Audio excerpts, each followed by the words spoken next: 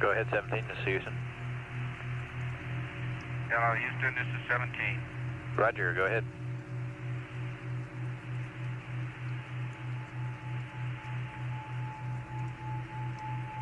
Houston, go ahead.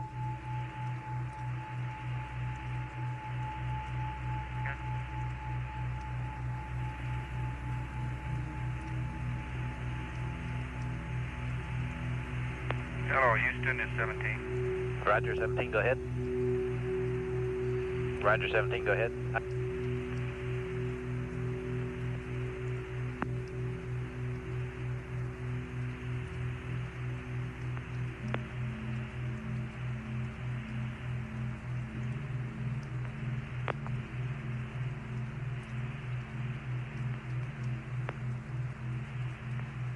Hello, 17, Houston, you read?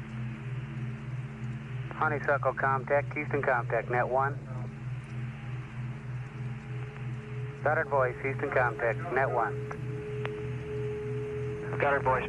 Roger, Goddard, I'm reading you loud and clear. Honeysuckle, I'm not getting to him. Hello, Houston, this is America, over. America, Houston, stand by. If you read us, don't change anything in the cockpit yet. 17, Honeysuckle. Roger, Honeysuckle, I read Hello, you. Honeysuckle, 17's reading you loud and clear. Roger, we have a comm outage. I'll be right with you.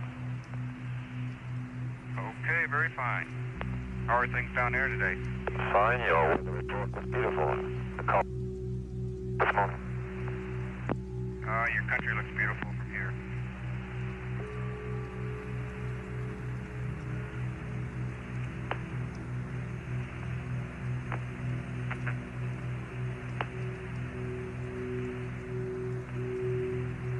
Okay, 17, Houston, how do you read now? We got you, Bob. Okay, that was our network problem, not your problem on board. Okay, thank you. I just figured out what happened to my PTC here. With this exercise, this jack is shaking all of America in all three axes here. Roger, you finally got to 115 on the heart rate. Yeah, my right needles are bouncing back and forth a half a degree. Roger. Gotta find something to pin it on.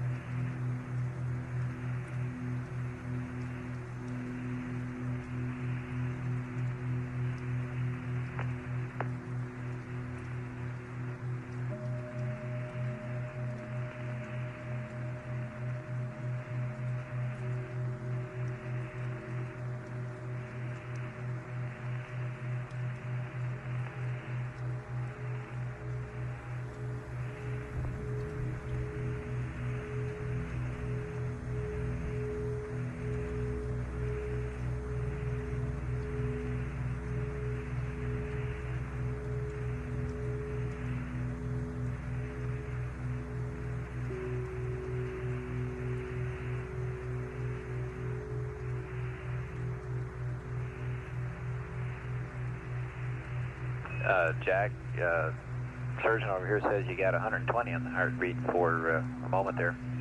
122 right now.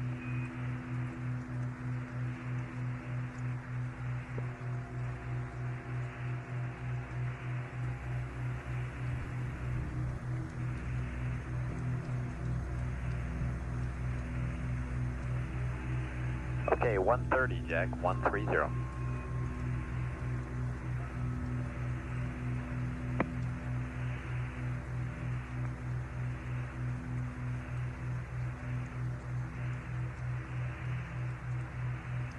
140, Jack, 140.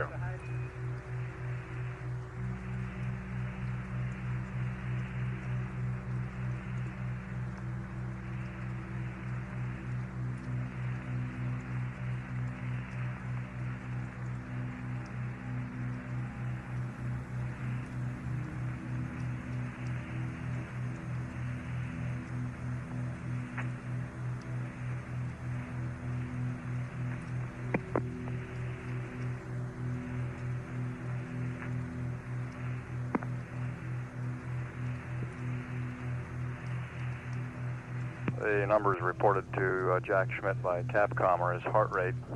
You heard him report a heart rate up to about 140 beats per minute, as Jack is apparently continuing to exercise vigorously with the onboard exerciser. This is aimed, among other things, at keeping the cardiovascular system, which tends to get lazy in zero gravity, in condition.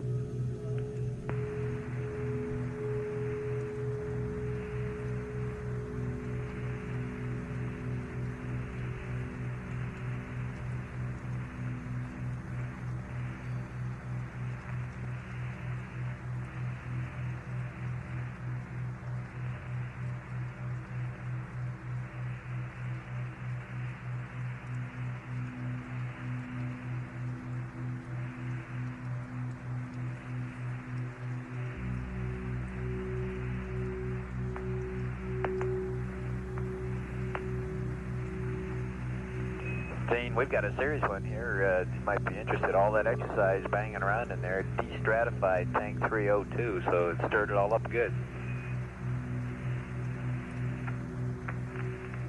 Yeah. Glad we brought him along then. We found some use for him. Once an ecom, always an ecom.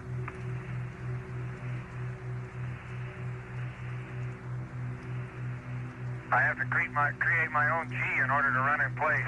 Roger.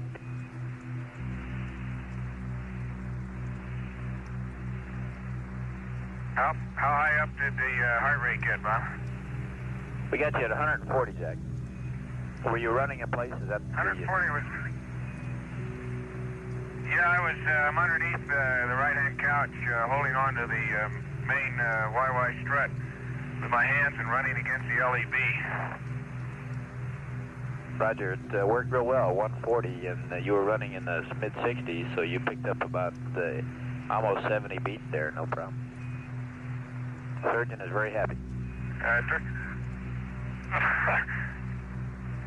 Well, I'm happy too. You know, it took a while to find a technique. I got up to 90 with just isometrics, pushing against the couch, and the running is obviously what it takes. Oh, Roger. But I don't, Bob, I really don't feel, I guess lost it.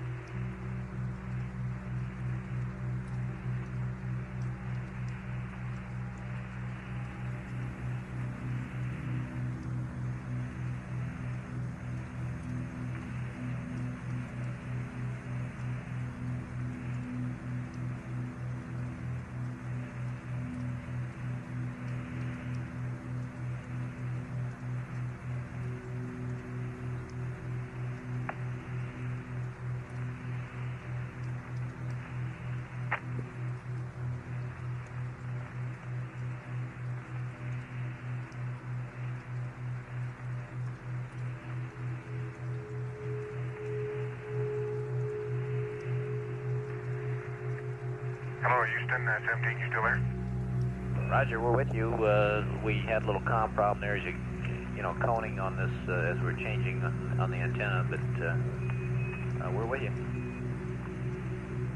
Okay, what's the heart rate right now? Right at standby.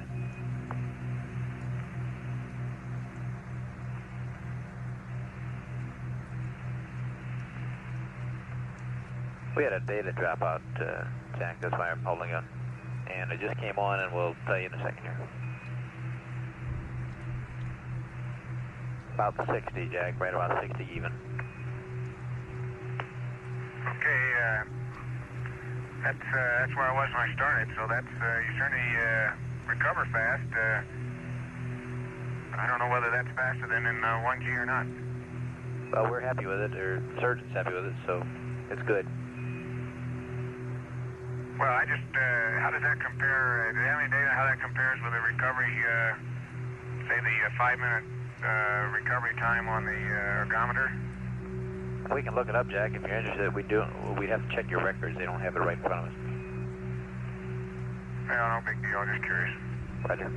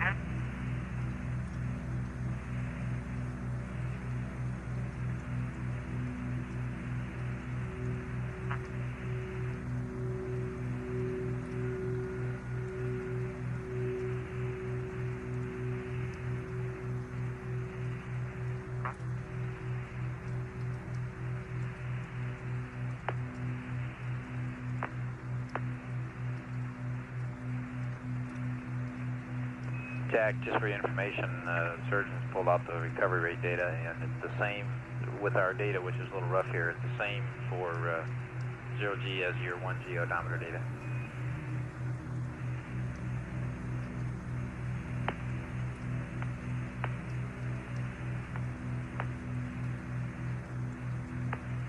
Okay, that's very interesting. Roger.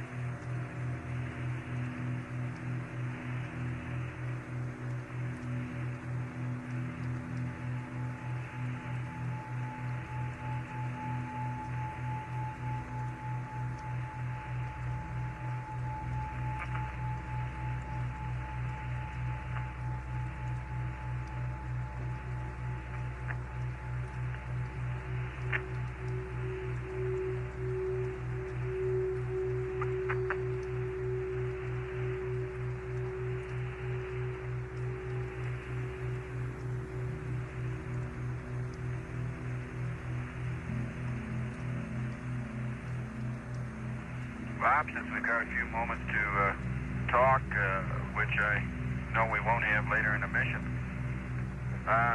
something I don't ever remember happening, but is happening now on the windows. That's the 1, 3, and 5, but not 2 and 4, is that in the center of the window, about 6 or 8 inches in diameter, as you come through the night side of the rotation, you pick up a very light, you might call it even a frost. Very light frost on the window, more like a moisture frost, film of moisture or film of frost, not very thick like crystals at all. As you come through the sunlight, it tends to sublime away, but you never fully lose it until you go back into darkness again. The very artistic, definite ice crystals that we had on my number 1 window over here yesterday, I think we reported to you this morning that they were gone or they sublimed away. But the impression they left on the window is still there. It's very sharp and it's very evident. Roger, we copy that.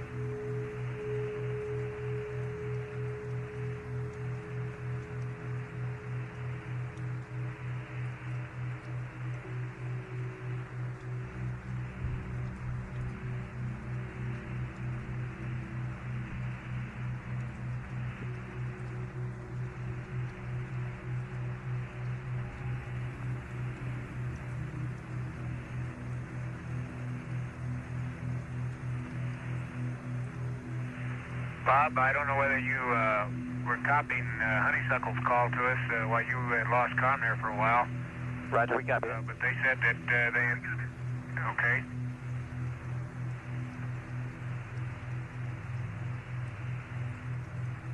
Kind of concurred with your weather report here, Jack. Yeah, lucky guess. I might say that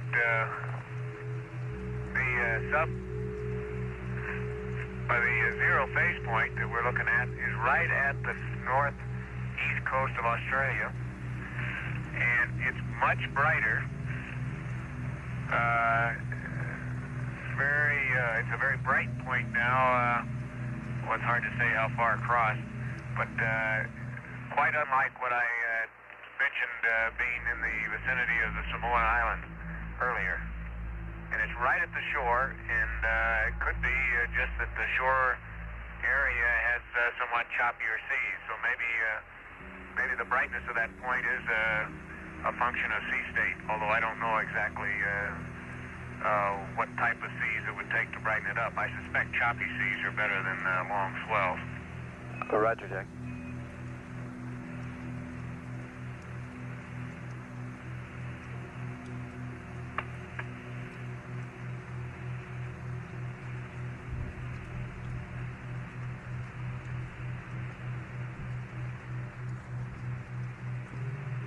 That front seems to have slowed down its progress. It's about in the same position, possibly slightly farther north than when I started talking about it this morning. The wave that seems to be developing off the south west coast of New Zealand is much more pronounced than it was. Definitely seems to now have a slight cyclonic pattern, clockwise pattern, and I wouldn't be surprised if next couple days that moves along the front over towards Sydney, and maybe a little farther north than that might Brisbane's probably more likely. Roger, Jack. Yeah, except I got the movement wrong again. Although it does seem to have progressed west from New Zealand.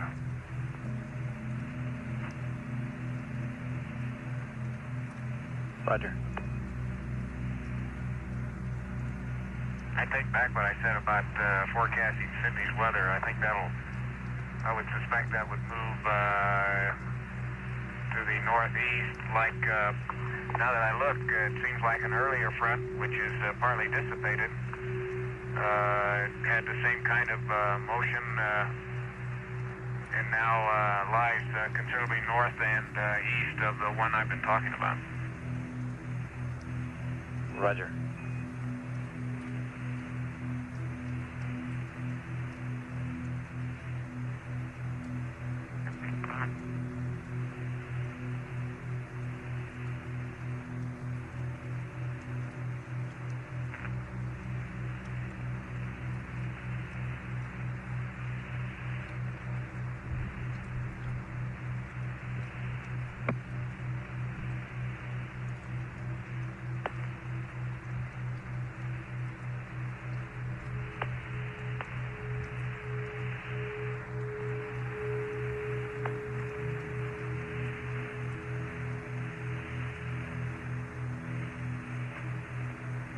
Thinking back on some weather briefings we had last week, Bob.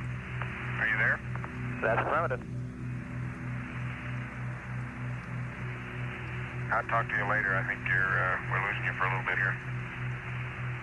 Okay, Jack, we're reading you loud and clear right now. Oh, you're going out a little bit now.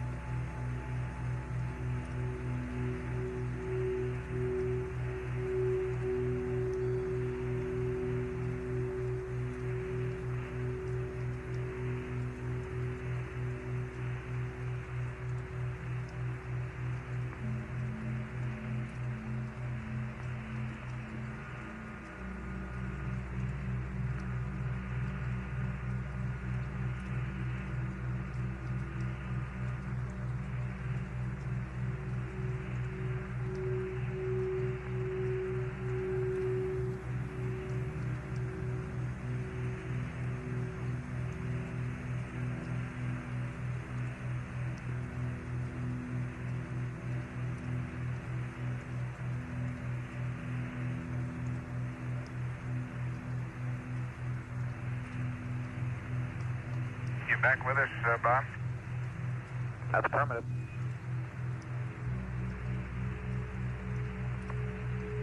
Okay, I was going to try to recover there from that last few statements. As I recall, the weather briefings that we had at the Cape last week, that talking with Ken Nagler and Jim Nicholson down there, that the patterns we were seeing from the satellite pictures and their forecasts, or analysis anyway, charts in the New Zealand part of the Pacific, those waves formed along the front would move north and then curve east. And that appears to be the pattern that was visible in one of the older fronts. And I suspect if that pattern would hold with the wave that's developed right on the coast of New Zealand now, that it might move on up the western coast of New Zealand. We'll probably have a chance to watch that the next few days and see what happens to it. Roger, Jack.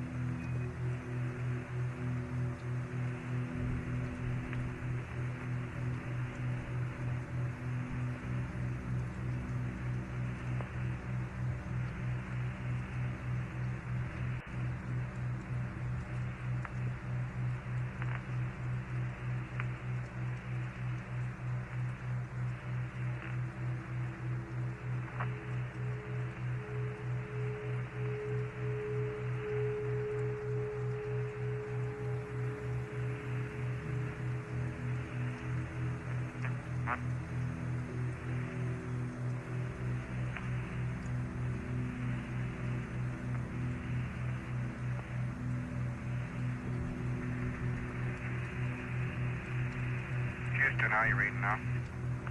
Reading you loud and clear. Okay, Bob, as I look at the clock, we're just 24 hours ago we were about within our hold somewhere. For this period, yesterday we were in our hold, and I think it goes without saying, but we'd sure like to pass on our debt of gratitude and thanks for the response that the people down at the Cape came up with, and particularly at Marshall. I think we all knew no one would be going anywhere unless everyone was satisfied that we were going all the way, and that's certainly the way we felt, but we do want to thank everybody who had a part in making that come true. Roger, Gene. I think it was a superb show between the Cape and Marshall and Houston, and probably even Goddard with the network, and just about everybody concerned really had to do some work there to bring it off, and it went off real smoothly. You know, after flying with Stafford a couple times and having that happen a few times back, I thought maybe he was aboard. Okay.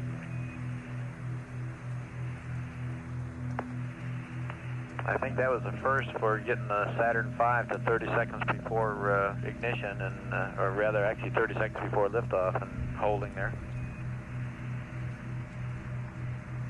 It got mighty quiet on board about 30 seconds. I sure imagine. We all felt like old hands the second time around, though. Roger.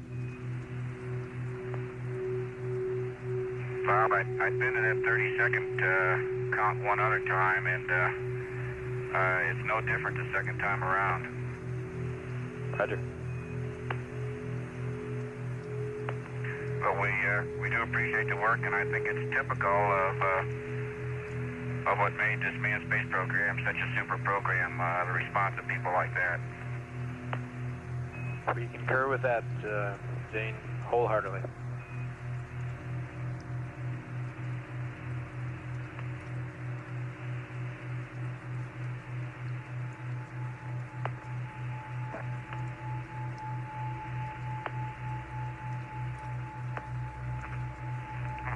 And with that in mind, tell everyone to stick around because there's a lot yet to be done. You better believe it.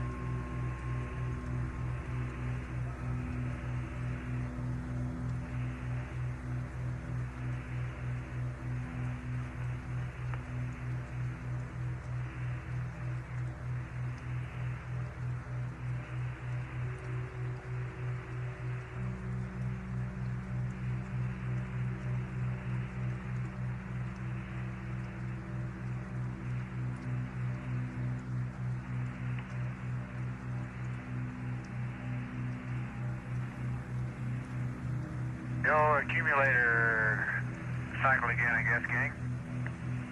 Roger, we're seeing it.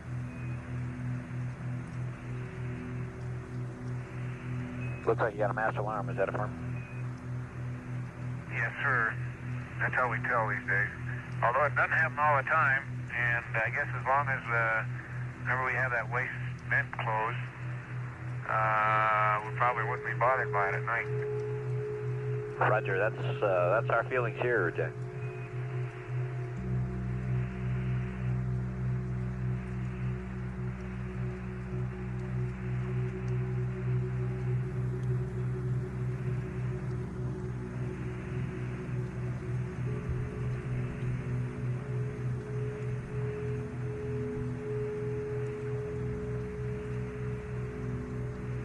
Say, Gene and Ron, I talked to your fowls on the phone here a little while ago, and they gave me a very interesting observation you might appreciate. They were standing close to some water when launched, and they noticed that when the booster lit up, something scared all the fish because the water literally began to boil with fish jumping from the light, I guess, or from the shock wave, something. It was made a very distinct impression because that's the first thing both of them told me about. That's pretty neat. It's a neat way to go scare up the fish, I guess. Right.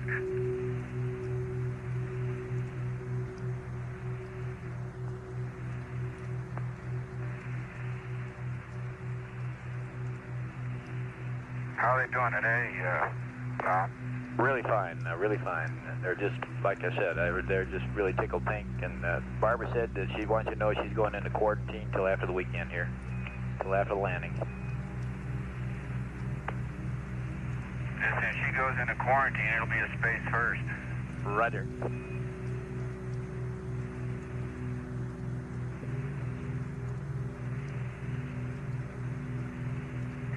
You got to be careful now. You know what to tell them. Go ahead, Bob. You got to be careful now. The hot boxes are open. The hotlines are open at the houses there, so everything you say is being listened to.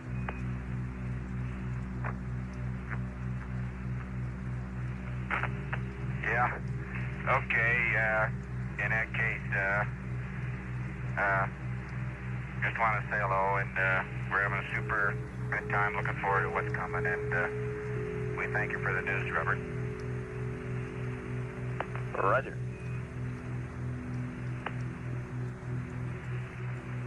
And my impression of the world, philosophically, I suppose you'll be getting from time to time, but it sure hasn't changed. Roger, Gene. It's sure beautiful. It's sure beautiful, and looking back at it, there's several billion people who have got a lot to work for, because it's one of the most beautiful sights we've ever seen here. Roger, Gene. You guys are sounding great and doing real great. We're pressing right on here. I just want to emphasize, Bob, that these first 2 days, of course, yesterday was a pretty good day, but today we're catching up, and as I say on the food consumption, don't be expecting too much. Roger.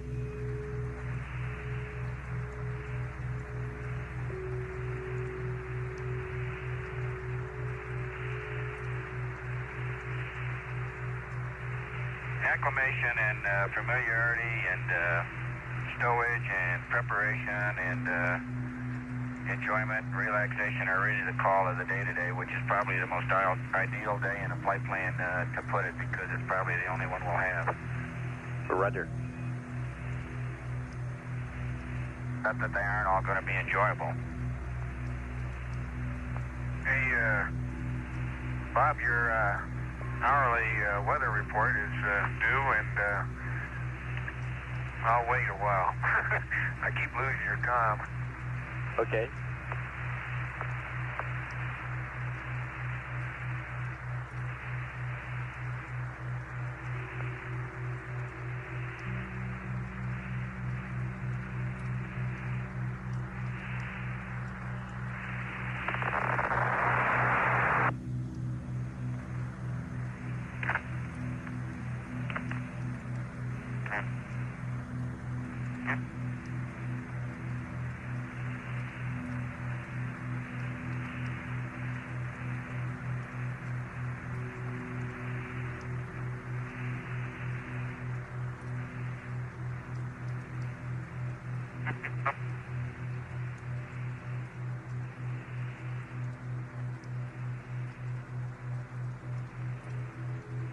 Bob, you there?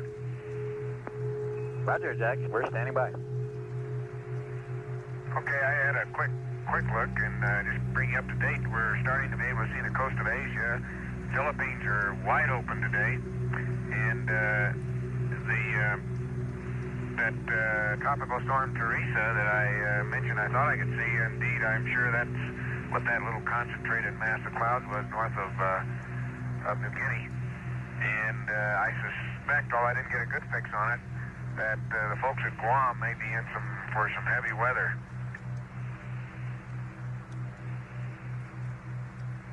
Roger.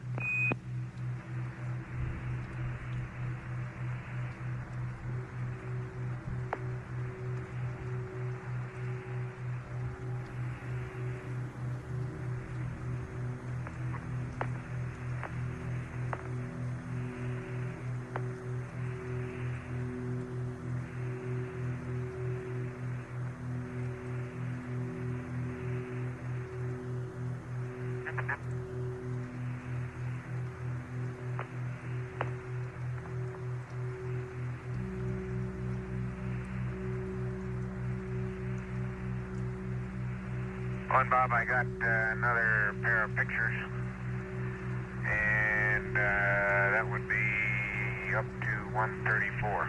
Roger, that's on November, is that a firm? That's firm. Real good show.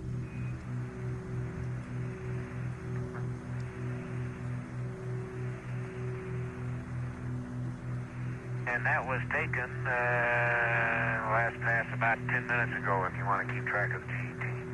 Roger, thanks, Jack. I'm doing that.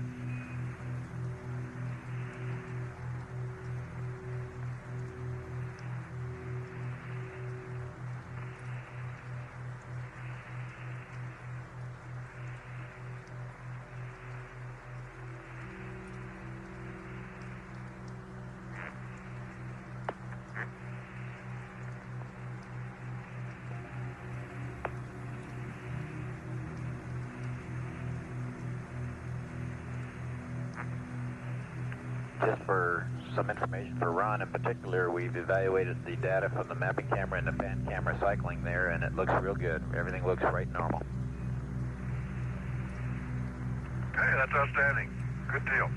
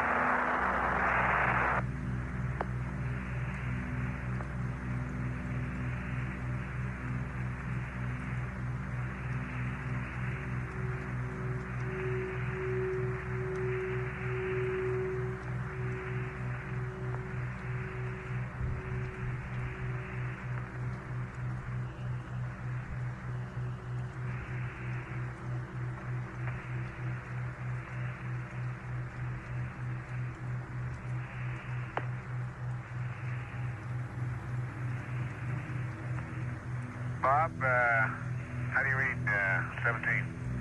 17, read you 5 by.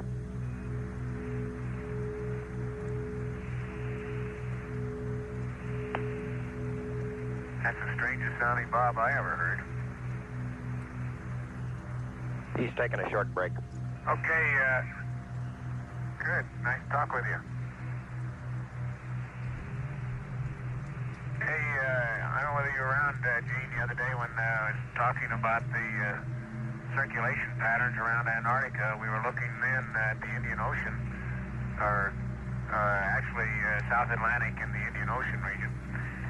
And you see the same pattern at about the same latitude, say 60 degrees south, where all the linear cloud patterns, which presumably reflect the various cold fronts, are arcuate with their convex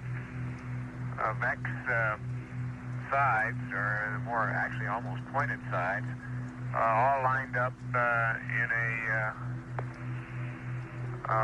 west to east direction around that latitude. It's quite a spectacular period circulation pattern. And the little wave that I mentioned on New Zealand seems to be beginning to form another arrow or another convex point on that front that's fitting right into the same circulation pattern. Okay, copy. That would make 4 of those major convex fronts that I can see from this view crossing south of Australia up into the South Pacific. Okay.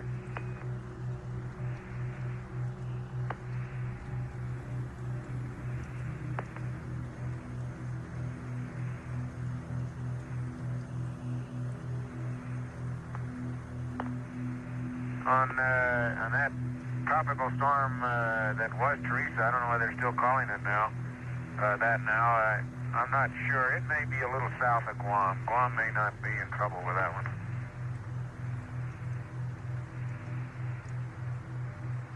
It looks like it's just a bit to the west of Manila there. About 5 or 6 degrees, or more than that about.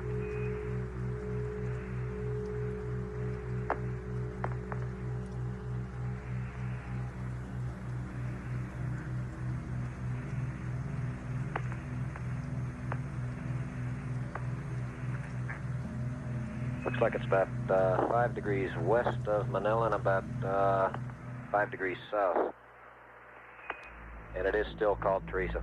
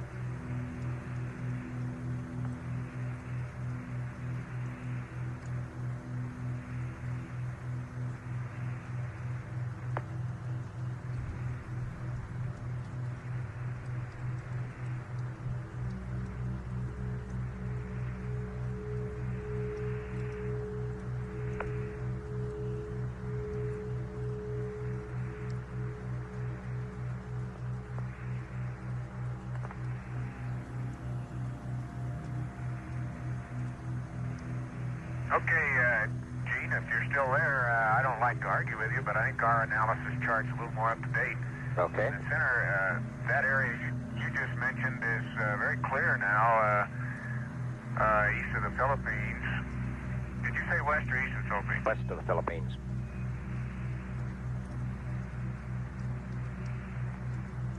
Okay, that area that you mentioned, 5 degrees east, is very clear. And the center of the what appears to be the storm that I'm speaking of would be about 142 longitude and maybe 8 degrees north latitude, Okay. which would put it south of Guam. Okay, yeah, you're over in the area between Guam and the Carolines then. Say again, Gene? You're over in the area between Guam and the Carolines then. You're saying it'd be just about due west of the Caroline Islands. Okay. Yeah, you're probably looking at I don't know, maybe a 12-hour-old Prague or something? Yeah, that's the one I had for launch day. Okay, well, it's moved quite a bit now, and I guess it's the same storm. Still seems to be very well organized, but quite concentrated and small. Huh?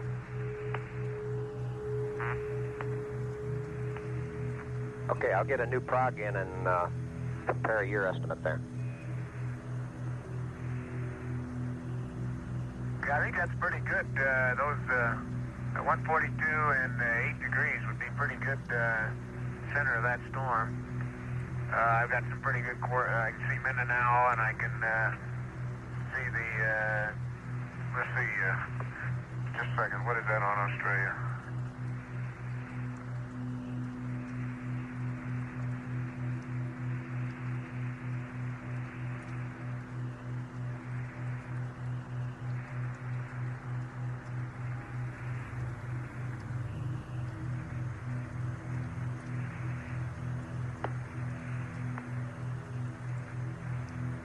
Yeah, of course, that's Port Moresby. I can see that point there, and between those two, I can pin that down probably within a couple degrees. Okay. We'll get a satellite photo and bring it in here in just a bit.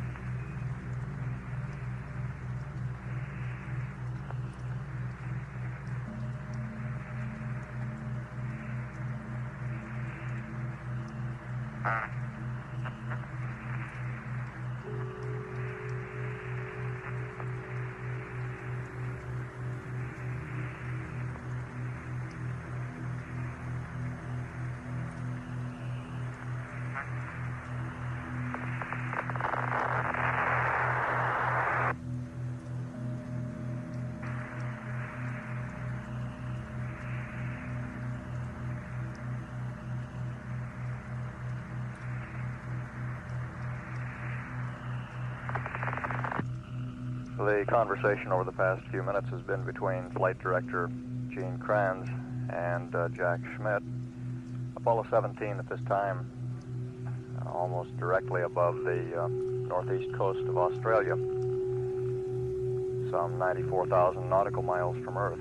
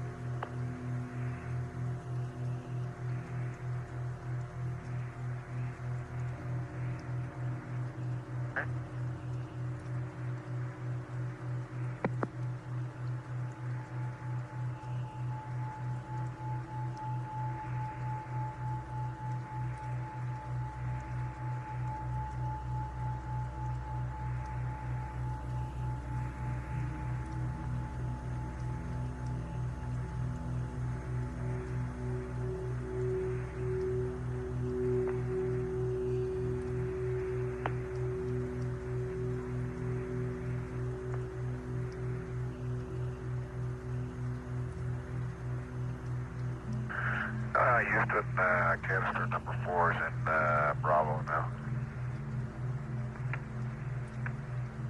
Roger, we copy that.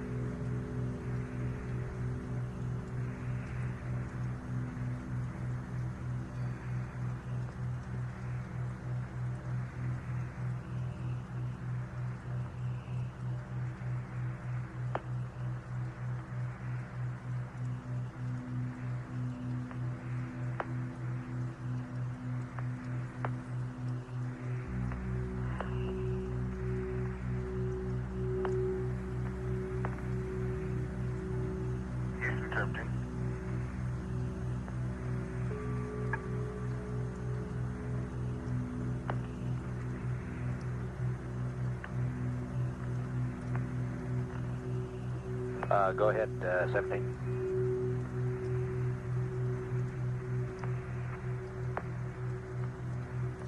Okay, Bob. That storm just off the south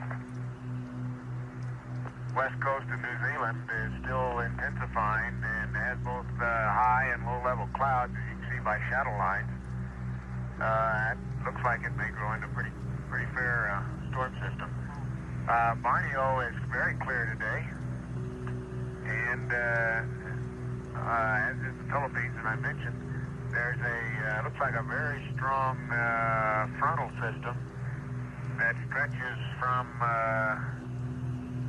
let's say the south coast of, or southeast coast of Vietnam, between and across Taiwan, between the Philippines and Taiwan, and across Taiwan, and right along, and I can't tell, I think just south of Japan. I can't tell whether Japan's in the front or not. I'll look at it some more. The strongest storm center that I can see on that is way north, and probably Hokkaido has a fair amount of weather from that storm system.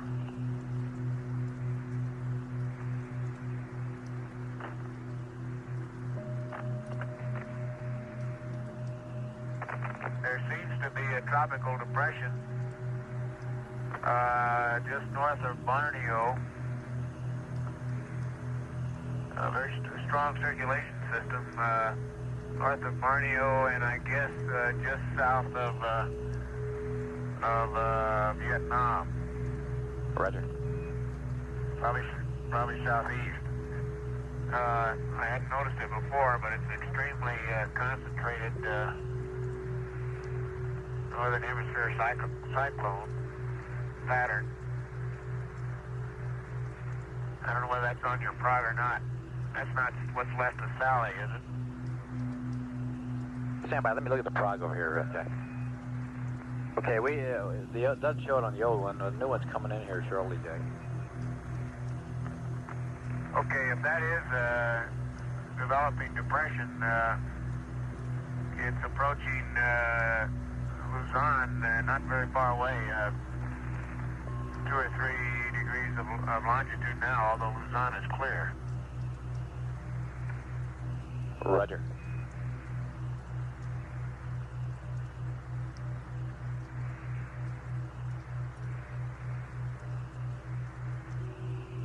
I can see Korea quite well, Bob. It's clear today.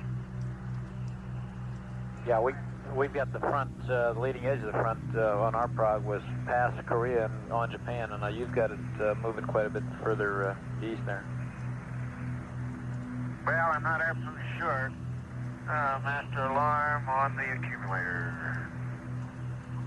Roger, we copy. I can't make out Japan specifically yet, but it's clearly past Korea, and by inspection it looks like it would be also past Japan by now, the trailing edge of the front. However, the circulation center on farther northeast may be affecting Hokkaido, as I said.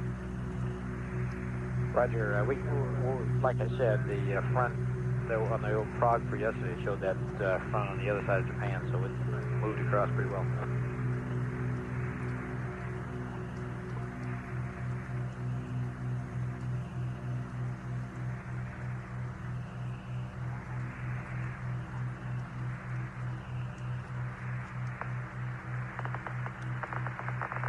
I recall they had a tropical storm called Sally that went into a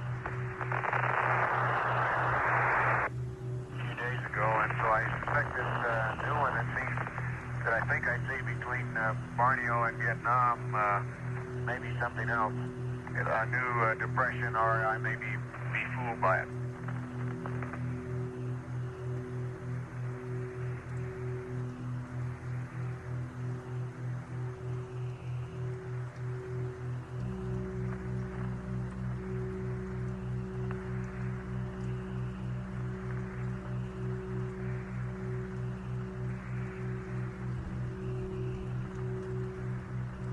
Mainland China, Bob, was the last pass here. I can't see the Earth now, but mainland China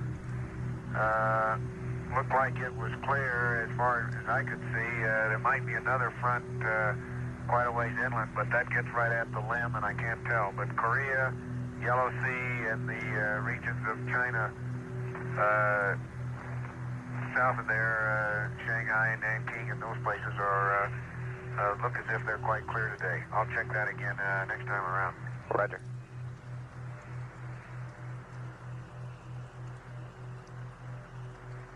And Jack, we're ready to terminate the charge on battery B and start the charge on battery A. Okay, that should work.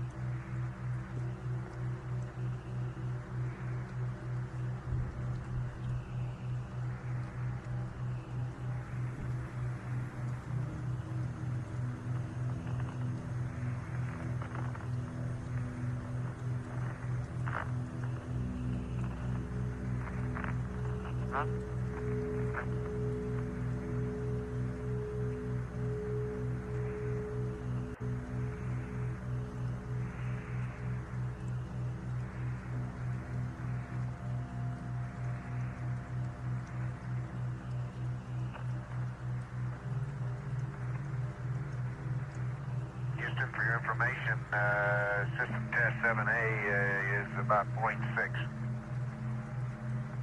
Say again, Jack, I missed that. 0.6 on system test 7A?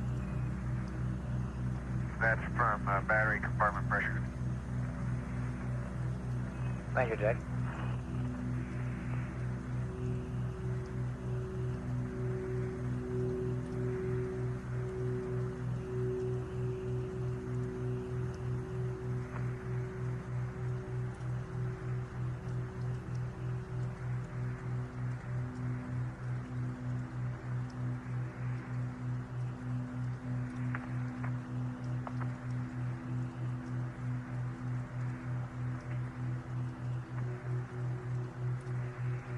Okay, Bob, battery A is being charged now. Roger, Jack.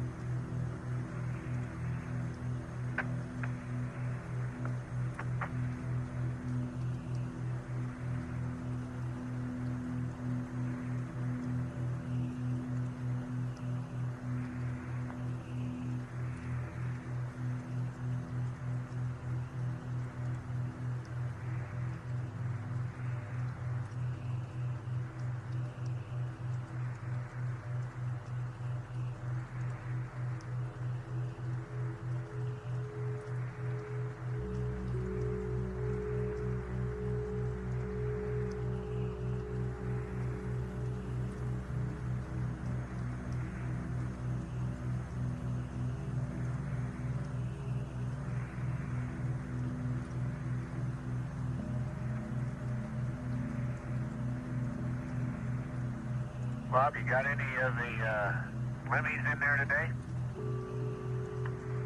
Any of the limmies? Roger, all sitting by. Just gave me a big thumbs up, Jack. Okay, give him a thumbs up on the rendezvous radar antenna. It looks real good.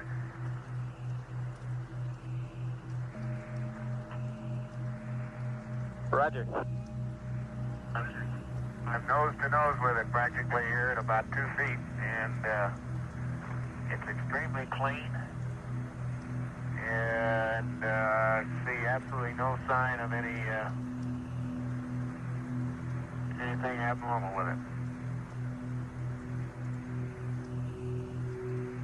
Roger.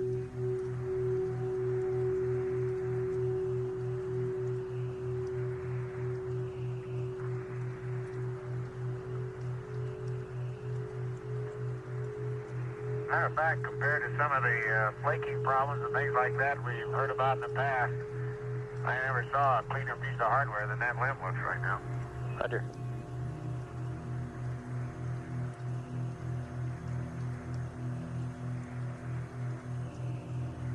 Appropriately, finally, we're starting to use it during the Christmas season. It sure looks like a Christmas package with all the orange tape on it.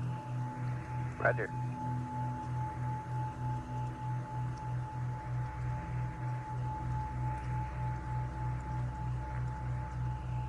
Ron, we got your noun 05.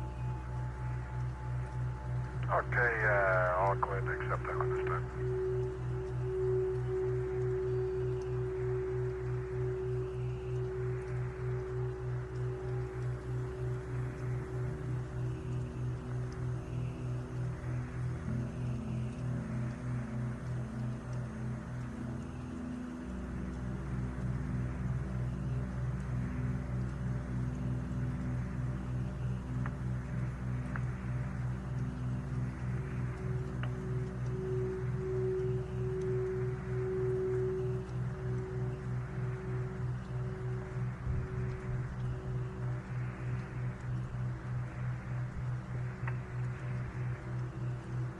We got the 93s, Ron, and you can torque.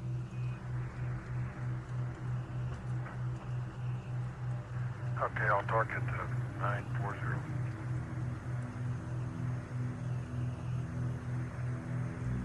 Okay, we got it.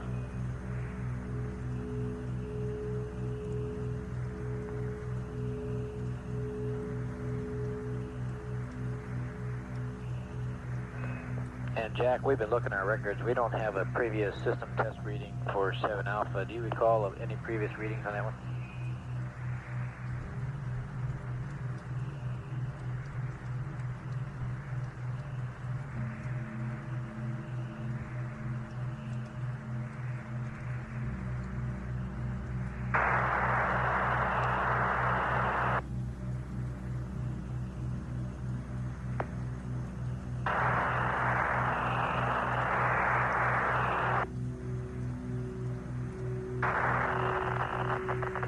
Yeah, that looks like another accumulator cycle.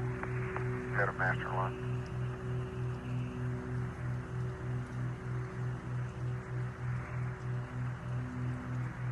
We dropped data just then, Jack, so we can't concur or confirm it. Yeah, it's exactly the right time. Right.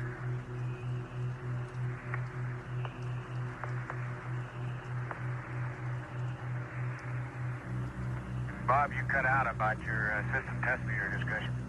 Roger, Jack.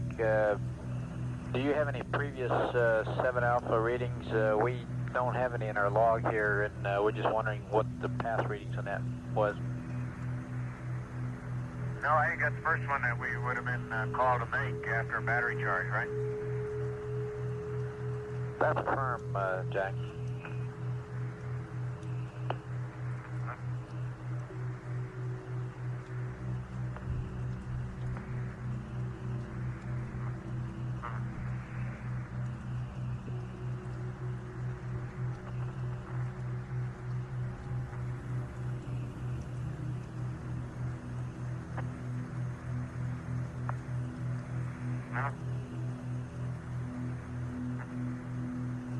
Go ahead, Jack.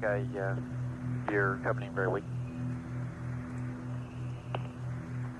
Well, I didn't intend to be transmitting. We were just discussing the battery vent and things.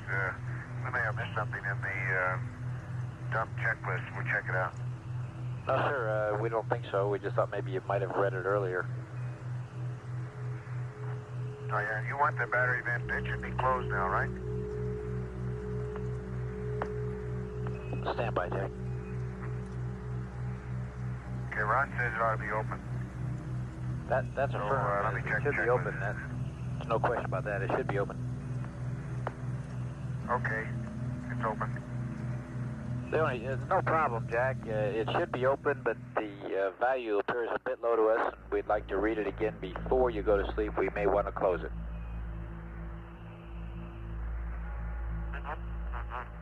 And a nominal reading would be 1.7 on that. Okay, we closed it when we were doing all our dumping some time back and neglected to open it again. So it was closed. I gave you a reading, and it has been closed during some 2 hours anyway. I'll figure out how long. Okay, we copy that.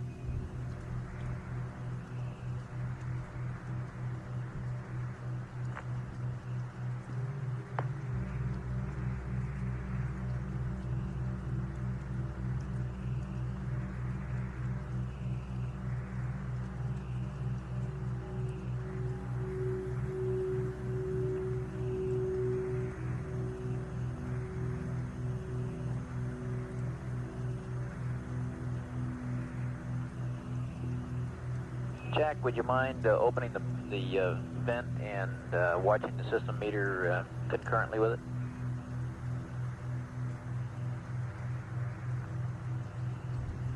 Stand by.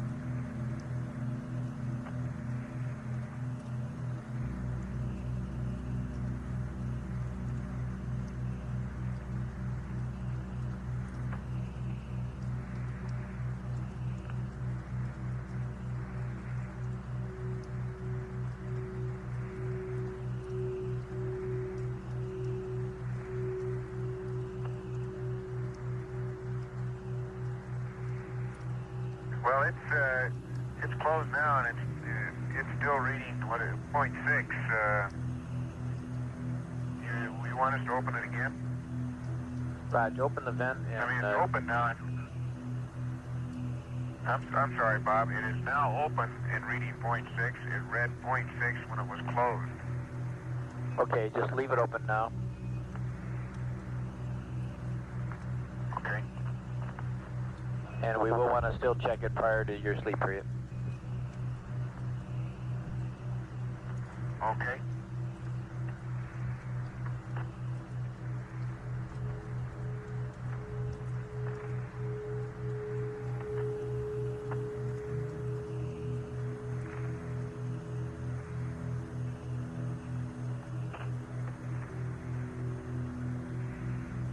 Okay, Bob, a little update on the coast of Asia. It looks like some residual cloudiness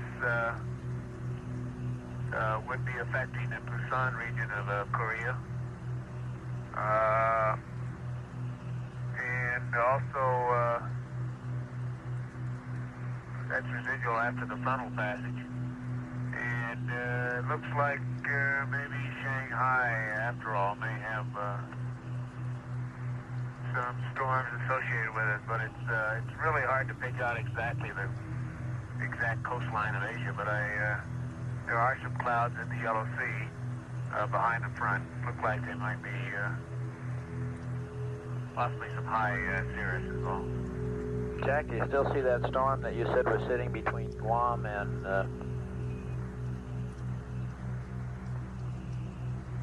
Borneo in that area? Okay, I see there is this cloud concentration between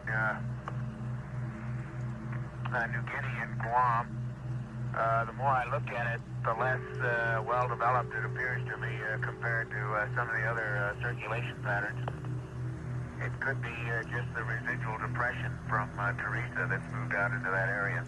It is an isolated, relatively isolated cloud pattern, fairly small but apparently fairly dense, but it does not have a strong cyclonic pattern to it. Nothing at all like the pattern that now exists above Borneo and seems to be moving towards Luzon. Roger, we copy.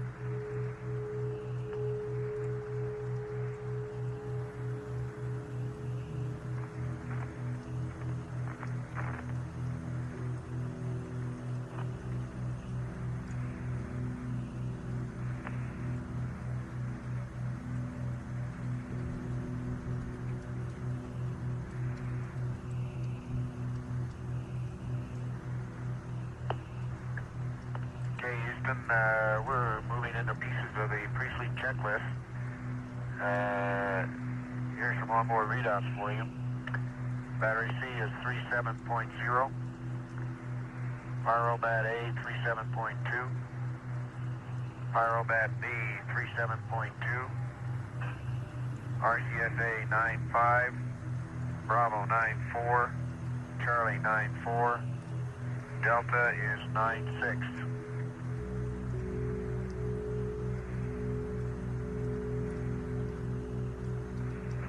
Roger, we copy that. And if you started, we don't want you to reinitialize the PTC until about 2400 on the timeline. Okay. We're just getting a little ahead. We took us longer last night on the pre-sleep than we expected. We're trying to work it out again. Yeah, we don't want to. We want to terminate the waste stowage vent at that time because we think that that vent is what's contributing to our PTC coning. Okay, we're not really ready to go to sleep yet, but we're just moving ahead. Roger.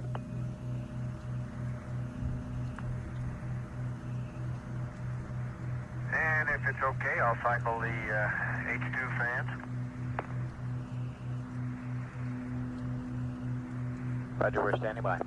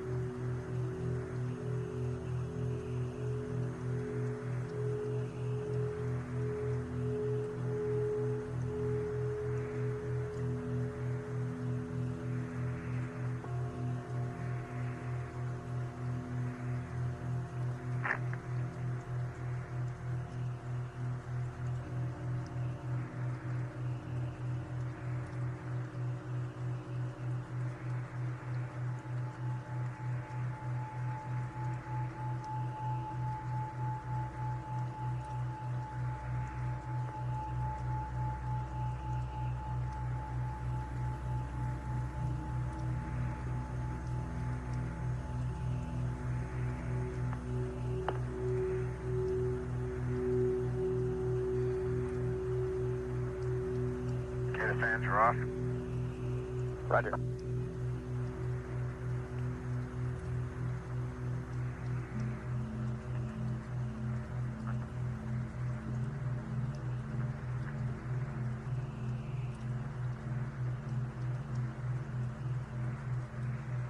This is Apollo Control at 23 hours 25 minutes.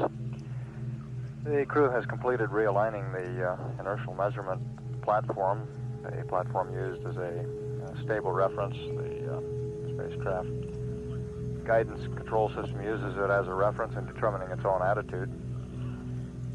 They've also been charging the two entry batteries that are used during peak electrical loads of liftoff, and then are recharged during the translunar coast when the fuel cells are producing a surplus of electrical energy. They've recharged one of those two batteries and are in the process of recharging the second one at this time.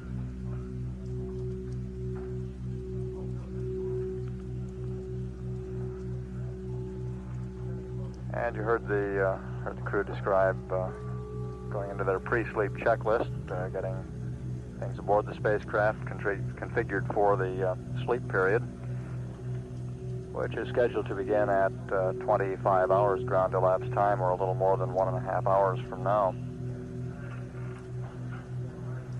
Apollo 17 at this time is 96,244 nautical miles from Earth, traveling at 5,264 feet per second. And all spacecraft systems continue to function almost perfectly as planned. A little while ago, the lunar module control officer, confirmed from telemetry what Gene Cernan was reporting visually out the window, and that is that the lunar module appears to be in very good shape. Of course, we have a limited number of telemetry readings on the LEM at this point, but one of them that we do have gives us an indication of the integrity or tightness of the LEM cabin, and we see that from the amount of pressure decay. It appears to be a very tight vehicle.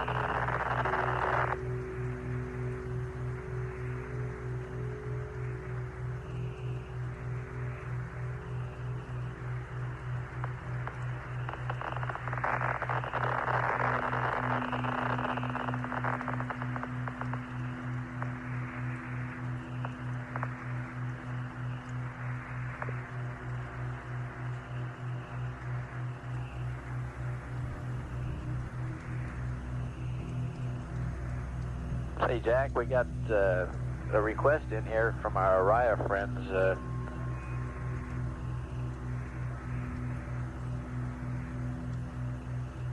ahead. They were just wondering if you're looking out that way, if you could give them some sort of an update of what the weather in the Wake Island, Kwajalein, the south of the Wake area looks like. Okay, let me work on that one. Okay.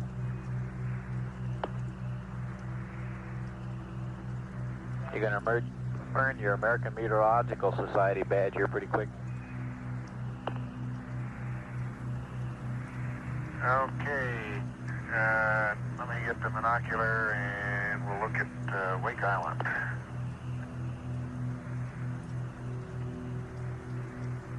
I miss having all those nice latitude and longitude lines on the globe. Yes, sir.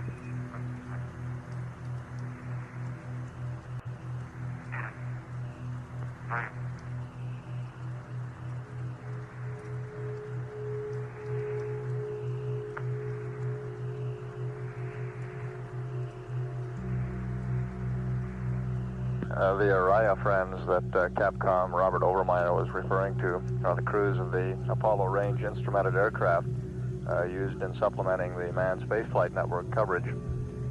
They'll be leaving from Patrick Air Force Base prior to the end of the mission and flying into the Wake Island area to be on station during Apollo 17's re-entry and splashdown.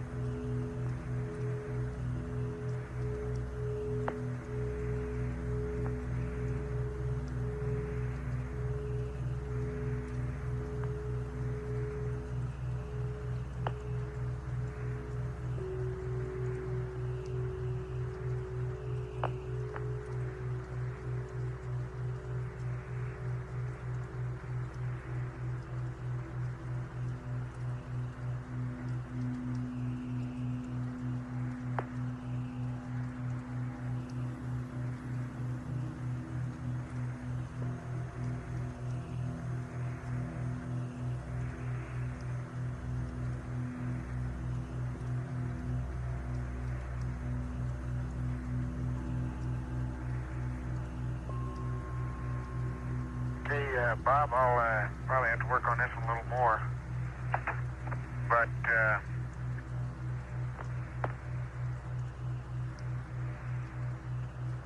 But it looks like around Wake, or in the vicinity of the Kwajaleins and north to Wake, about all you have is a lot of cloudiness, although, and in a generally, or a wide part of that Pacific, and I'm talking about 15 or 20 degrees of longitude and latitude, there's a roughly clockwise circulation pattern, but the clouds do not look very dense or concentrated in any one area. And it leading off to the south east from that general cloud mass, their cyclonic or anticyclonic cloud mass is one of the old fronts, or at least one of the old linear cloud patterns that extends down into the South Pacific.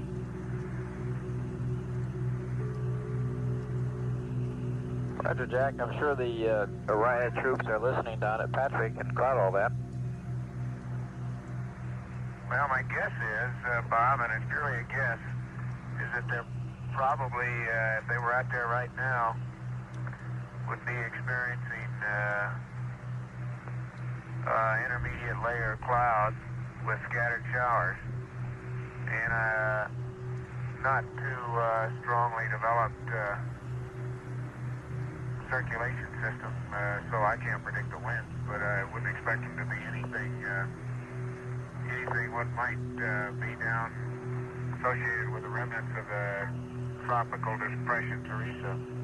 Now that Teresa, what's left of it, if I'm correct in picking it out there, probably is moving in that direction, although it looks weak enough that right now I don't think it'll be any big problem, and it may in fact go south of there. Roger, the frog I got in my hand for 3-hour-old weather has Teresa located just about in the Manila area. Did you concur with that, or do you think it passed the Philippines? Well, I don't. Manila's clear. The only thing approaching near Manila is this other storm center that now is north of Borneo, and to the east of Manila, it's clear all the way over to this little cloud mass that I was guessing might be Teresa. Roger. Well, I say this was 3 hours old, so... About, I gave Gene Krantz some coordinates on it. You can look it up. Those were pretty good coordinates for that cloud mass. Now, whether that's really Teresa or not, I don't know.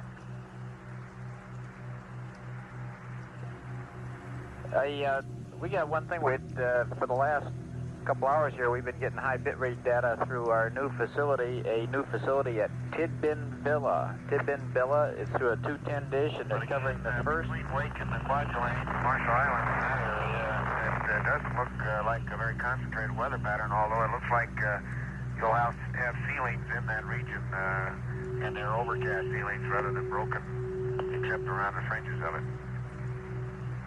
Roger. We'll keep an eye on it, of course.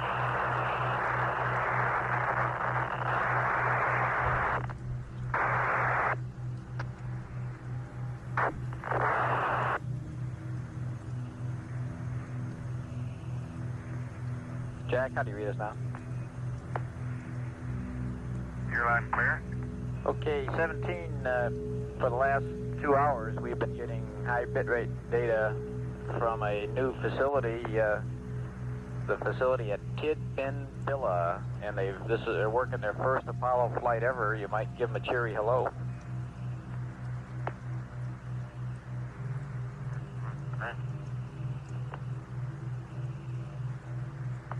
Tidbin Villa, is that correct? That's affirmative.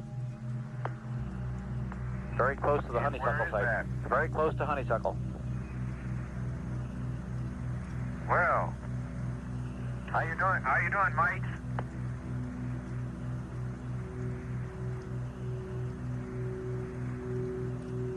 We certainly appreciate you guys being on the loop for this one.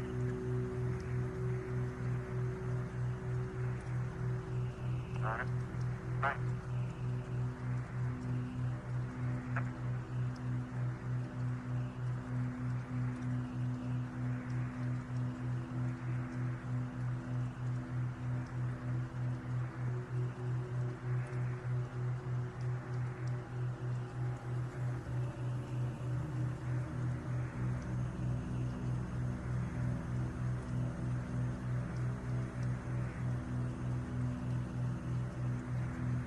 That new 210-foot dish antenna at Tidbinbilla, which is near Honeysuckle Creek, which in turn is near Canberra,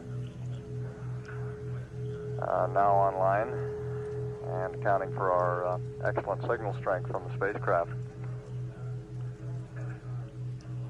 Apollo 17 at this time is 96,958 nautical miles from Earth. The speed is 5,233 feet per second.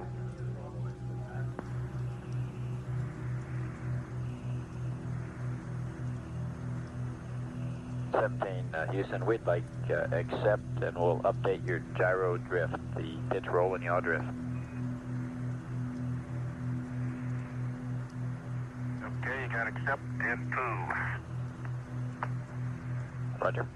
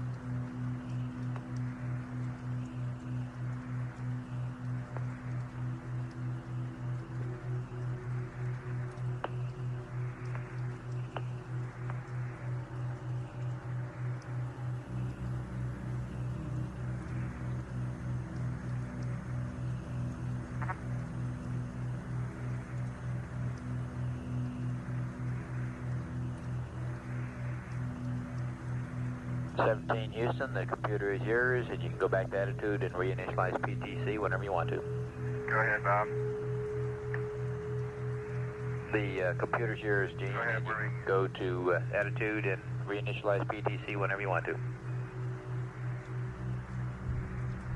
Okay, did you mean to leave the computer with verb 21 down on 1 up? Roger, that's your computer with that as you get it. Okay, that's right, that's 1462. Okay.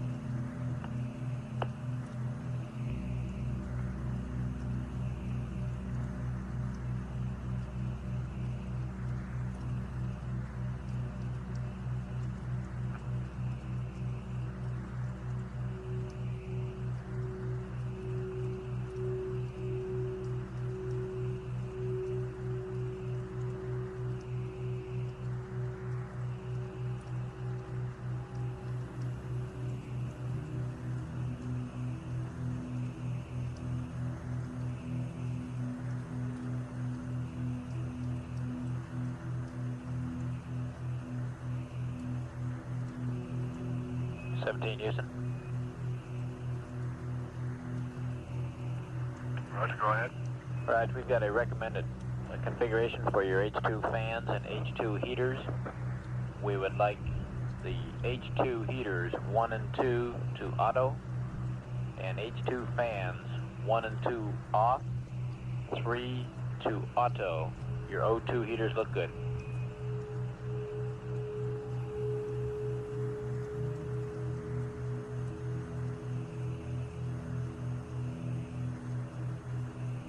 Okay, let me verify I've got these right. H2 heaters, 1, 2 auto. O2 heaters, 1 off, 2 off, 3 auto. H2 fans.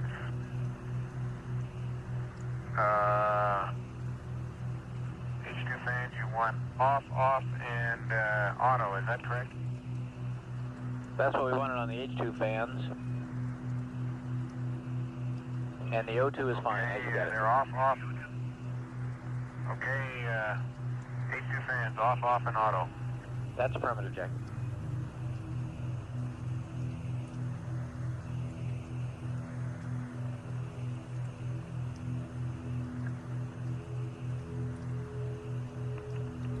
Okay, Bob, I just cleaned the SID circuit return valve screen here. It was probably as expected, a little crud on it. A few things have collected, but really not too bad. Roger, Gene.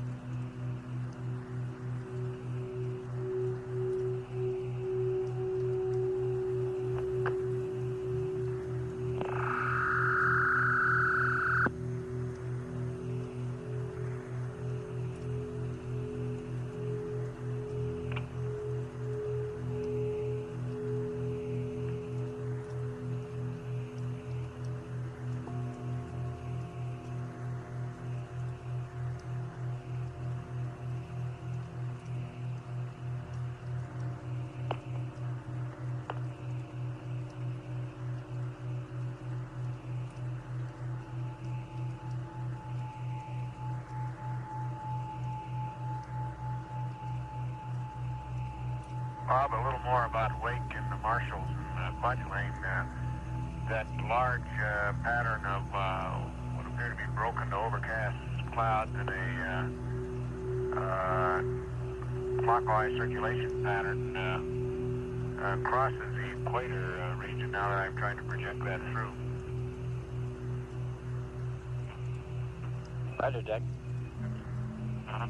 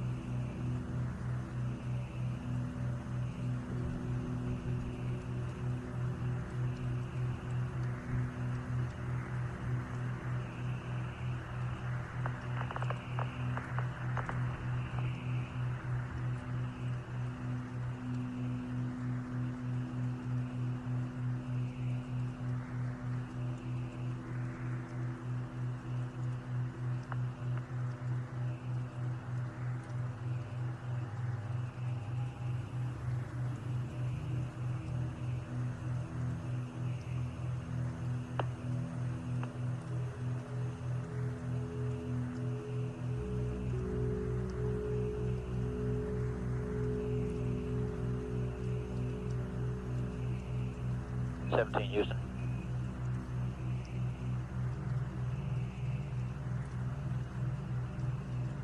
Go ahead. Roger, Ron. When you stop the present roll on the PTC to reinitialize, pick a roll angle of 315 or 130 for stopping so that we have good comm during the damping period. Okay, 315 or 120, okay. 130, Ron. Okay. 315 or 130. Roger, that'll give us good comm to watch the data on the damping. Okay.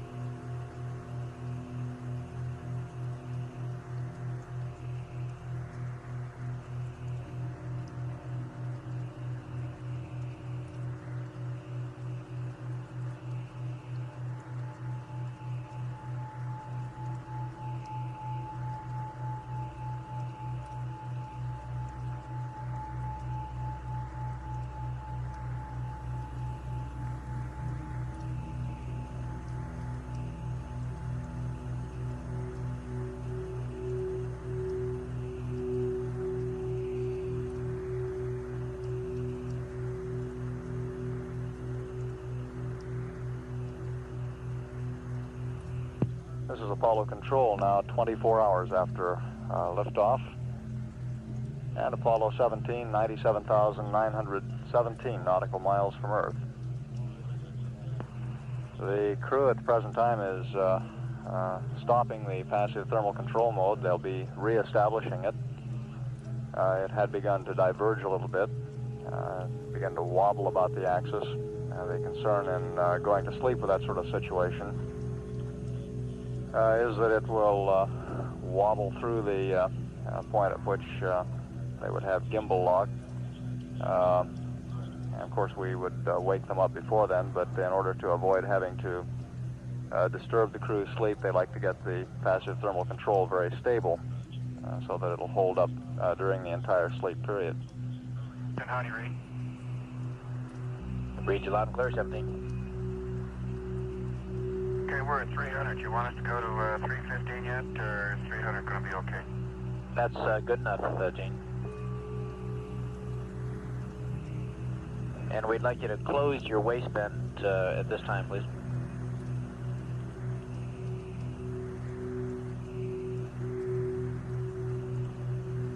Okay.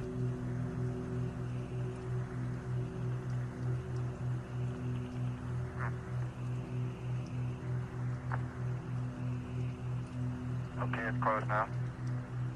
Roger.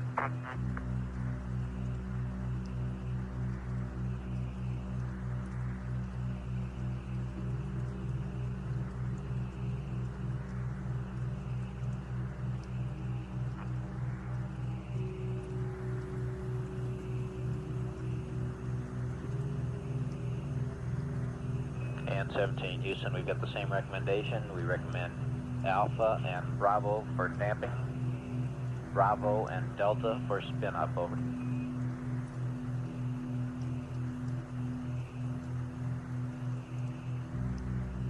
So it's Alpha and Bravo for damping and Bravo and Delta for spin up. That's affirmative.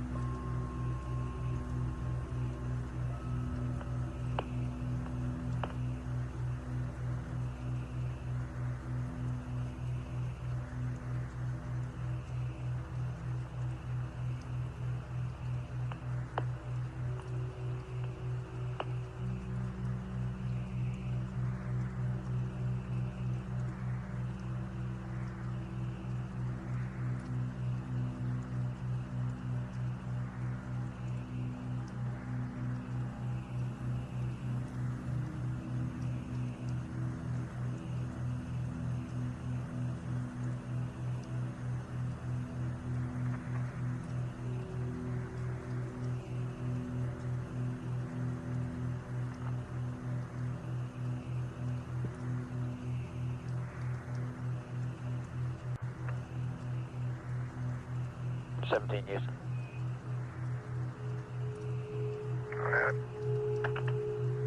If one of you want to break out the flight plan supplement, we have a change to the E-loads on page 143 due to the change of gyro compensation parameters. If you want to copy them down when you get the supplement out.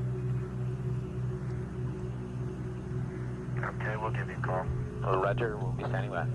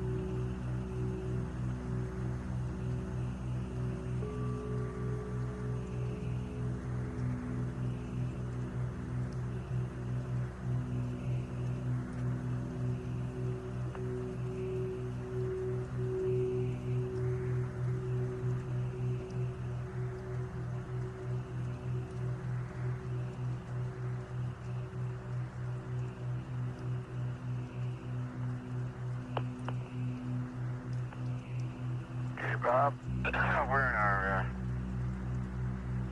in our damping cycle now. Roger, we're watching it, Gene.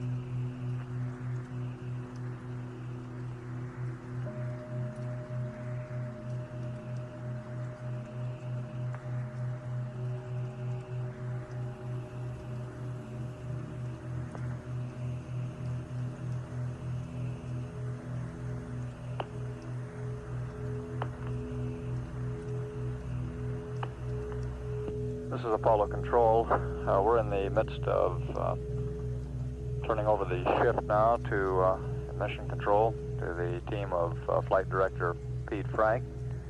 Gene Kranz and his team will be going off shift in about 25 minutes. We do not plan to have a change of shift press briefing. The crew aboard Apollo 17 scheduled to begin an 8-hour sleep period in a little less than 1 hour at a ground elapsed time of 25 hours. And we have no major activities in the flight plan before that time. At 24 hours 9 minutes, this is Apollo Control, Houston.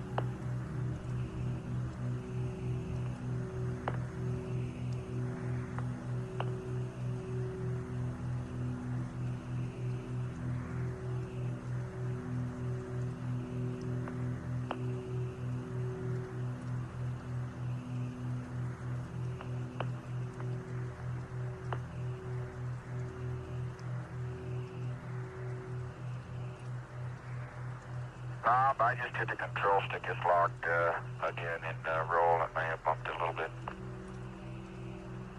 Roger, Gene, we got it.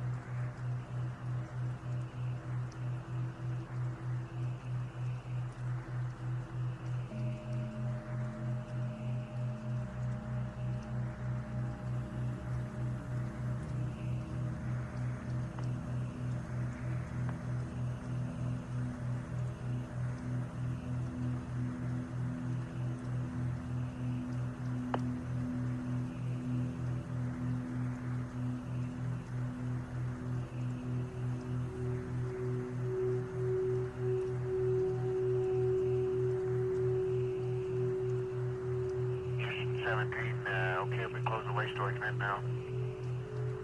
Oh, okay, I'm sorry, it's closed.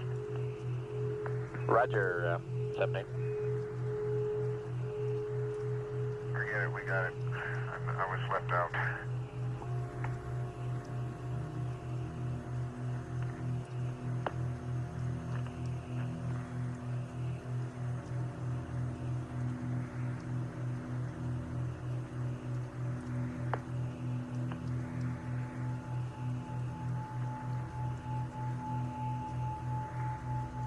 Okay, Bob, on the film status, we're still where we were, November 134.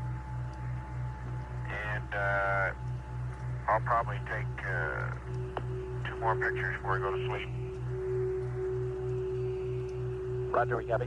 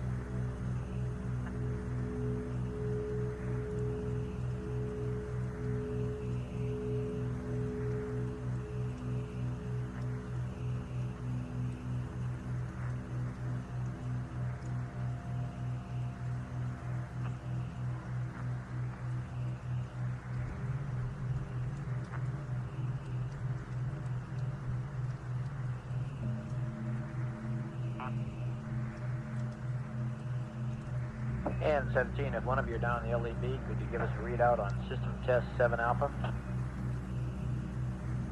Stand by. Okay.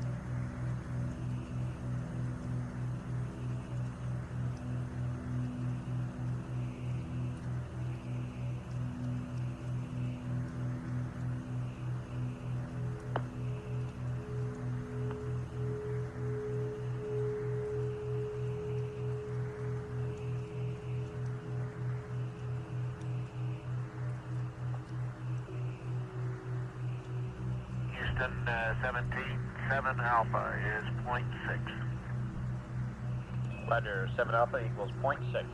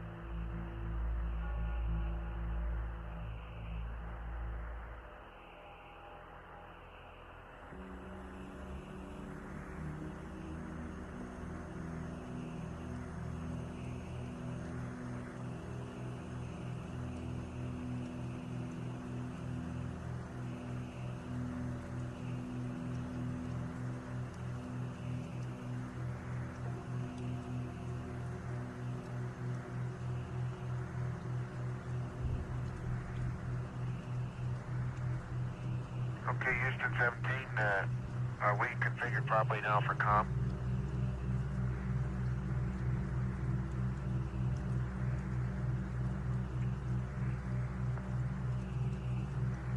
Standby, standby, Jack. Okay, I've got I'm on Omni Bravo right now.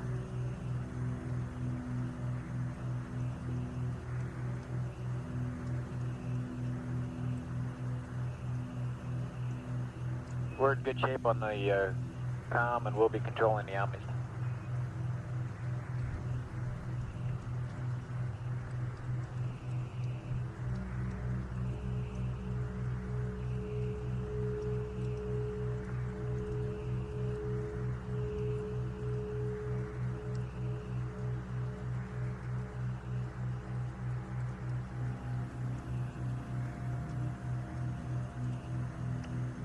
Roger, Will.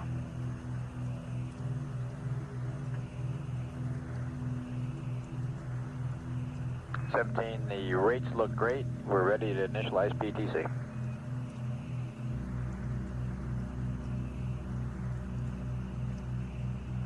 Okay, Bob.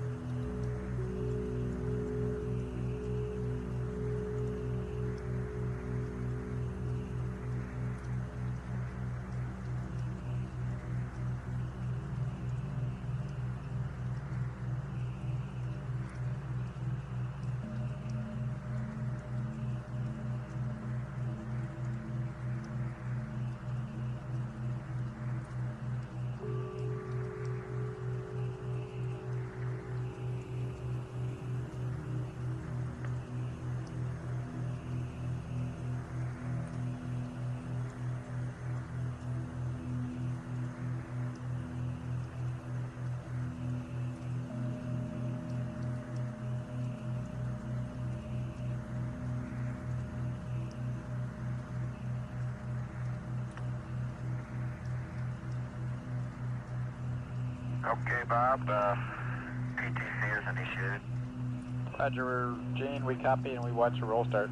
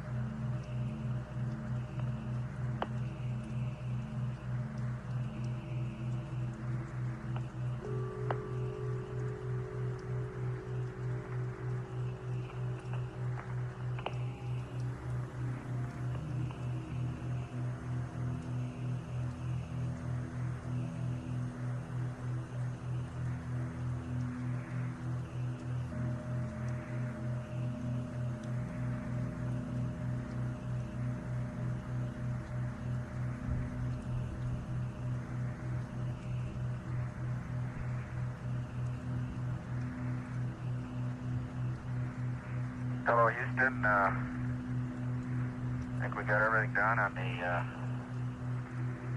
checklist. The chlorine has been, water's been chlorinated.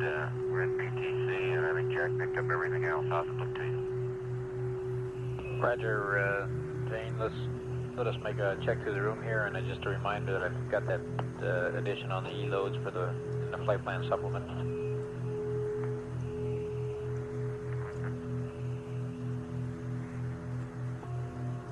Yeah, stand by. Jack's going to keep the headset on and the biomed, and he'll close you out with that. And if there's nothing else, I'm going to go off the air. Roger, Jane. Okay, say goodnight to my friends back there. We certainly will. Hey, just so that we know, it is about midnight, right? It's about 7 minutes after midnight, Jane. Okay, just didn't want to make sure it wasn't noon. Roger. Good night there, Robert. Good night, Jane.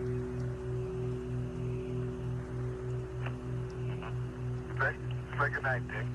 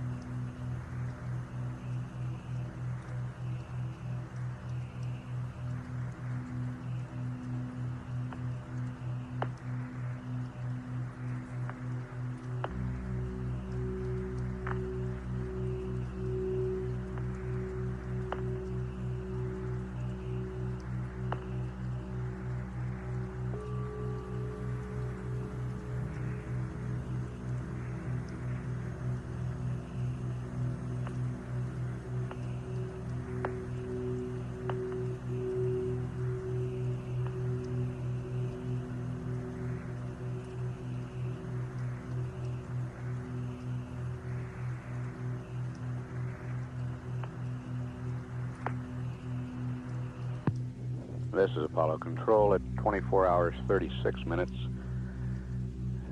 As Gene Cernan says goodnight, Apollo 17 is 99,714 nautical miles from Earth. Velocity 5,114 feet per second. The lunar module pilot, Jack Schmidt,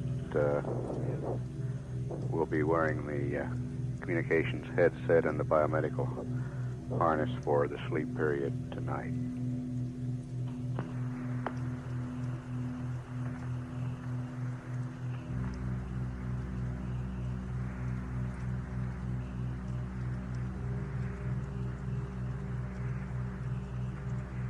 Bob, Jack, your last report for the day as the Earth goes past window 5. The first thing I noticed was that our zero phase point is not nearly as bright on the west coast of Australia as it is on the was on the east. And I was looking right at the coastline now and see no bright spot in the center. Also, that circulation pattern, or tropical depression possibly, that I saw earlier north of Borneo is now even more strongly developed at the tail end of the front and stretched up towards Japan. And it really looks like a humdinger from here. Beautiful circulation pattern and very concentrated. And it is now east of Vietnam and again between Vietnam and the island of Luzon.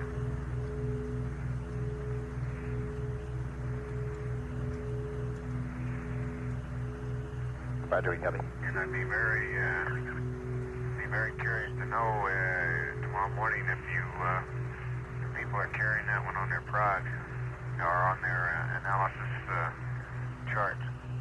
Roger.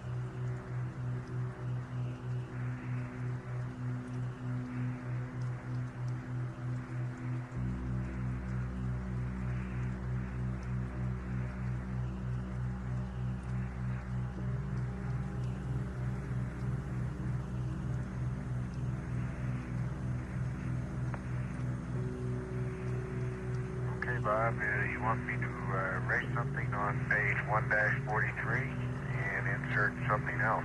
That's affirmative, Jack. On 143 under column A, down at line 11 and 12 and 13. Just to make sure you're at the right spot, the line 11 old data is 00115. Do you copy that? Do you see that? I'm with you. Okay, change that line to 00377.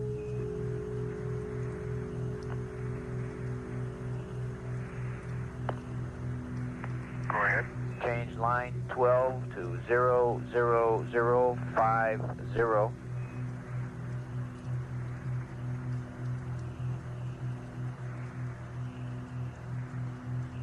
Go ahead. And line 13, 00523. Over.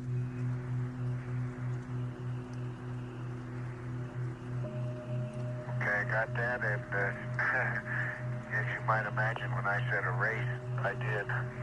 And you have the 04 and the 05 again, please.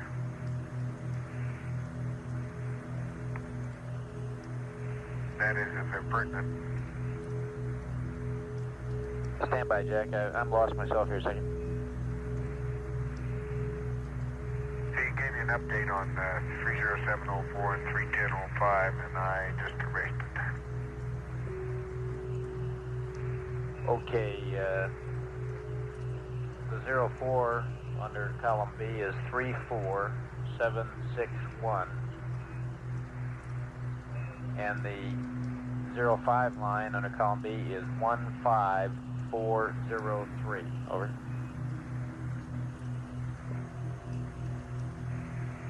Okay, here we go. In line Alpha, 31411. 00377 31512 31613 In line Bravo 30704 is 34761. 31005 is 15403. Over. Roger, we copy, Jack. Just a reminder to be sure and configure the comm per the pre-sleep checklist. And just for your information, Jack, I hold you at 100,116 miles. I was going to give you a call at 100,000 even, and then I got talking to you. So you've crossed the 100,000 mark right now. Tomorrow, you're probably not going to give us our weather report. You'll be too far out, but we'll probably be starting to hear from the moon, huh? Well, we're not going to see much of the moon, you know. It's going to be pretty dark, so I'll have to keep looking at the Earth. Roger. Pretty good, pretty interesting place. Very interesting place. I'm real sure. And I guess maybe 100,000 miles. My goodness gracious. That's impressive. Yes, sir. You're slowing down all the way, Jack.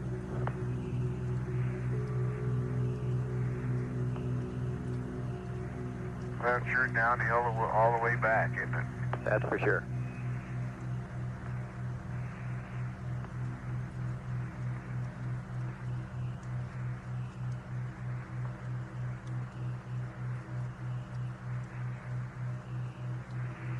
Jack, did the CMP get off the line, and is he tracked out now too? Yeah, I lost both those guys.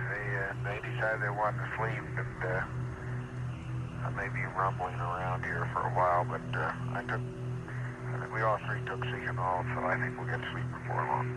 Roger. Just give us a call if you need anything, and we'll be watching everything there, and pleasant dreams.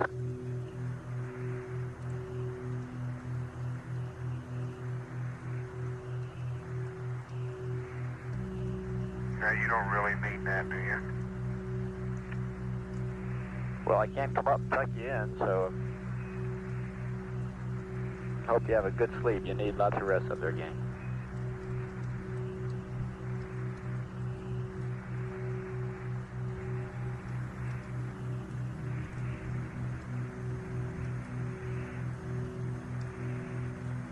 I tell you, Bob, about halfway through this day, I think I acclimated, and I really feel good. I've been eating a lot better, and not the only thing I ever really felt was a slight headache. It really, not the fullness of the head that people described, I guess, but just a little headache. I could have been looking at the Earth too much. I don't know. Roger, Jack. You've been sounding good.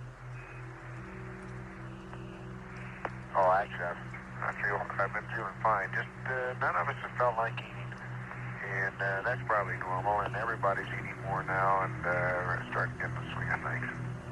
Oh, Roger.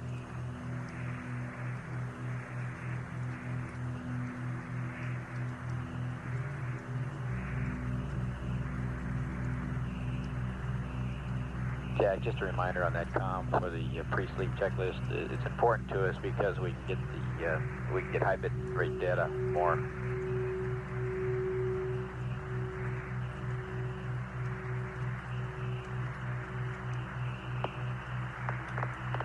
Bobby cut out, but I'm in the comm sleep configuration now.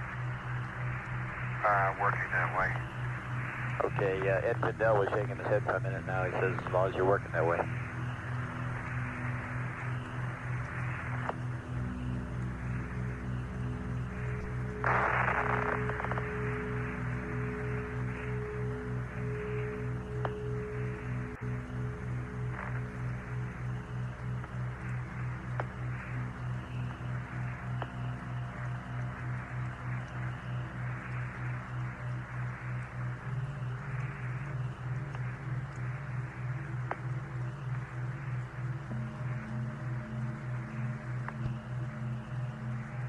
Bob, you're still cut out. Try it again. No problem, Jack. Just a reminder on the comm, that's all.